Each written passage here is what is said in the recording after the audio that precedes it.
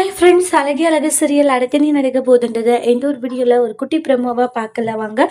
மலரும் பாக்கியராஜும் ரொம்ப ஹாப்பியாக இருக்காங்க. அடுத்து என்ன எங்கே போகலாம் மலருன்றாங்க. ஏதாச்சும் ஹோட்டலில் போய் சாப்பிட்லாமான்றாங்க. இந்த நேரத்தில் கடை ஓப்பனில் இருக்குமா, ஓப்பனில் இருக்குமே அதில் போயிட்டு என்னன்றாங்க.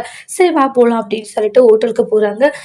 ஆர்டர் பண்ணுங்க, உனக்கு என்ன பிடிச்சிருக்கோ நீ ஆர்டர் பண்ண மலருன்றாங்க. அப்படியே சொல்லி ஆமாம் உனக்கு என்ன பிடிச்சிருக்கோ பண்ணுன்றாங்க. சரி ஓகேன்னு சொல்லிட்டு மலருமே பார்த்தீங்கன்னா அவங்களுக்கு பிடிச்சத வந்து ஆர்டர் பண்ணுறாங்க.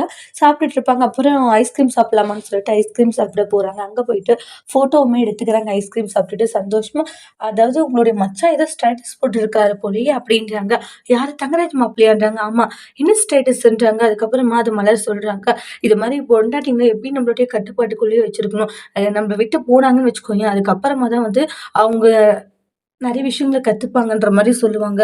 அதாவது பொண்டாட்டிய அவங்களுக்குள்ள அடக்கி வைக்கணும். இல்ல அடிச்சே உட்கார வைக்கணுன்ற மாரியான ஒரு இத சொல்லுவாங்க.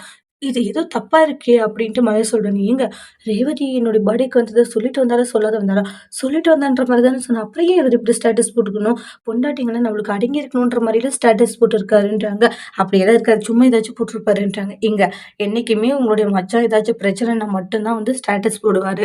இல்லன்னா ஸ்டேட்டஸ் போட மாட்டாங்க. இன்னைக்கு போடுறாங்கன்னா, அப்ப ரேவதிக்கு அவளுக்கு ஏதாச்சும் பிரச்சனை இருக்குமோ? ச்சே! ச்சே! அப்படியெல்லாம் இருக்காது மலரு. அவங்க சும்மா ஏதாச்சும் போட்டுருப்பாங்கன்றாங்க. சரி போலாமா? அப்படின்றாங்க. பாக்கியராஜோட முகமே மாறிடுது அந்த ஸ்டேட்டஸ பார்த்துட்டு.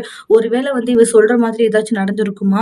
ரேவதிக்கும் மச்சானுக்கும் ஏதாச்சும் பிரச்சனை வந்திருக்குமா? அப்படின்ற மாதிரி ரொம்பவே குழப்பத்துல இருக்காங்க. அப்படி எதுவும் இருக்காது அப்படின்னு நெனைச்சாலுமே, ஆனா அவங்களுடைய மைண்ட் அதை ஏத்துக்கல. ஏன்னா, அதே நெனைச்சத ரொம்ப ஃபீல் பண்ணிட்டு இருக்காங்க.